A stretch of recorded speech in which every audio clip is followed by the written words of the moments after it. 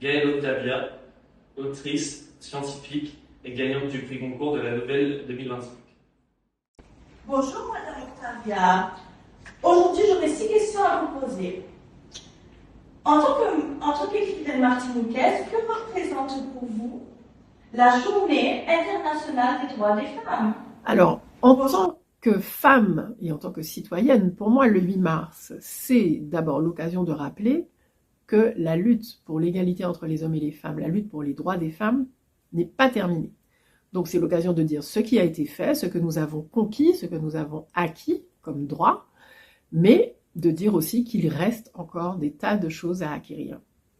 C'est aussi l'occasion de mettre en lumière des grandes figures de cette lutte pour les droits des femmes, et en tant qu'écrivaine en particulier, de mettre en lumière de grandes écrivaines, de rappeler, de faire résonner leur nom, de rappeler leur existence pour qu'elles ne soient pas oubliées, parce que c'est extrêmement important que dans la culture, on n'oublie pas qu'il y a eu des femmes importantes qui ont créé des œuvres et qui ont contribué à la culture, à l'égal des hommes. En tant que dans la culture. Cette deuxième question, pensez-vous que la littérature peut jouer un rôle dans la lutte des droits des femmes? Si oui, comment? Alors pour moi, la littérature, c'est une fin en soi. C'est-à-dire que le but de la littérature n'est pas un but militant. La littérature, c'est un art dans lequel on s'engage par amour de l'art, par amour de créer des beaux textes, de faire quelque chose qui ait une valeur artistique avant tout. Cependant, ce n'est pas anodin en tant que femme noire, en tant que femme caribéenne, de prendre la plume. C'est un domaine qui a été très longtemps l'apanage des hommes, et même des hommes blancs, on va dire.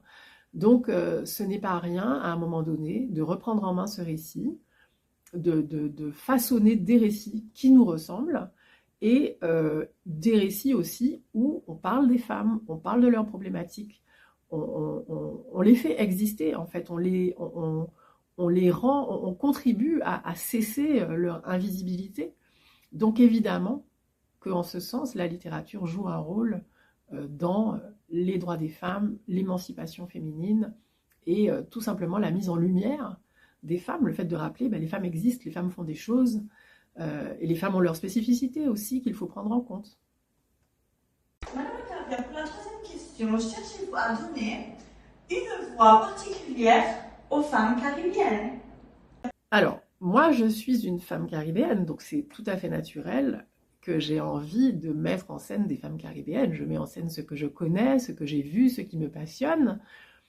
Et là où j'ai de la chance, quelque part, en tant que personne qui crée, qui veut créer des choses originales, c'est que finalement, dans toute l'histoire de la littérature, ces figures-là de femmes sont très peu présentes.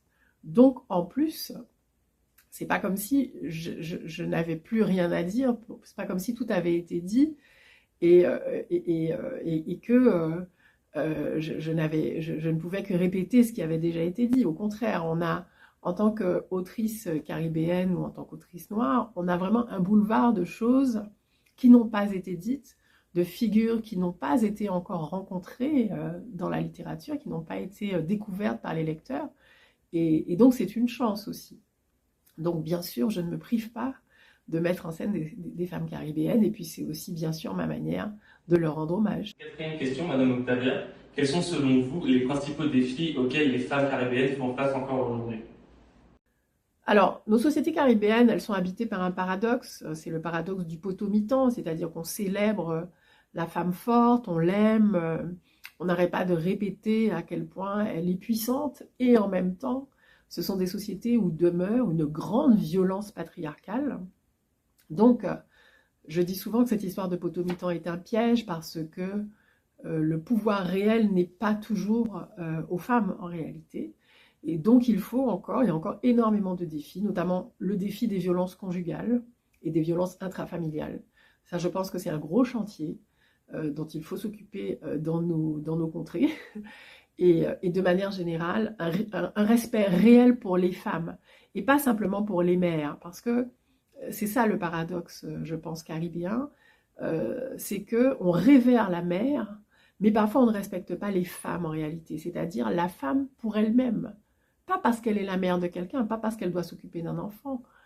Elle a de la valeur pour elle-même. Sa vie a un sens pour elles-mêmes. Et ça, je pense que c'est quelque chose qu'il ne faut pas oublier. Il faut respecter les femmes pour elles-mêmes, avant tout, et pas pour à quoi elles servent pour les autres, pour un mari, pour des enfants, etc. etc. Madame Octavia, y a-t-il eu des femmes, écrivaines, militantes, ou même artistes, qui vous ont inspiré dans votre parcours? Alors, de nombreuses autrices m'ont aidé à façonner mon parcours. Je cite la plupart du temps Maryse Condé, qui a été extrêmement importante dans mon parcours, parce que c'est la première fois que je lisais une autrice caribéenne qui écrivait aussi des histoires sur des femmes caribéennes, et notamment le premier roman de Maryse Condé que j'ai lu, Moi, Tituba sorcière. Eh bien, cette héroïne, Tituba, c'est une Barbadienne. Donc, Maryse Condé, que j'ai découverte à l'adolescence, elle a permis quelque part à la femme caribéenne d'entrer dans la littérature, dans ma vision de la littérature, et ça c'est extrêmement important. D'autres grands noms, je citerai Toni Morrison, Maya Angelou, Chimamanda Ngozi Adichie, qui est quelqu'un qui est beaucoup plus jeune, qui est quelqu'un de ma génération, Zadie Smith, qui est une autrice anglaise d'origine jamaïcaine. Alors, Chimamanda Ngozi Adichie, elle est nigériane. Mariam Abba, autrice africaine très importante. Emily Boom, autrice camerounaise. Léonora Miano, autrice camerounaise. Donc, il y a toute une pléiade comme ça d'autrices d'Afrique ou de la Caraïbe ou des États-Unis. Toni Morrison, afro-américaine, première femme noire à obtenir le prix Nobel de littérature. Tout ça, pour moi, c'est une constellation de femmes qui m'inspirent et qui m'aident aussi à porter mon propre travail, en fait, ma propre création. Pour finir, quel message aimeriez-vous transmettre aux jeunes filles qui souhaitent créer, écrire ou défendre leurs droits? Et pour finir, si j'ai un message à faire passer aux jeunes femmes, bah, ce message, c'est d'oser l'ambition. Donc, si j'ai quelque chose à dire aux jeunes femmes aujourd'hui, aux jeunes femmes caribéennes en particulier, c'est d'abord aimez-vous vous-même. Placez-vous avant l'homme notamment. Ne vivez pas pour un homme. N'organisez pas votre vie autour et en fonction et selon les besoins d'un homme. Vivez pour vous. Soyez ambitieuse. Mettez en place tout ce qu'il faut pour réaliser vos rêves. Travaillez dur. Il va falloir travailler dur. La vie ne va pas vous faire de cadeaux.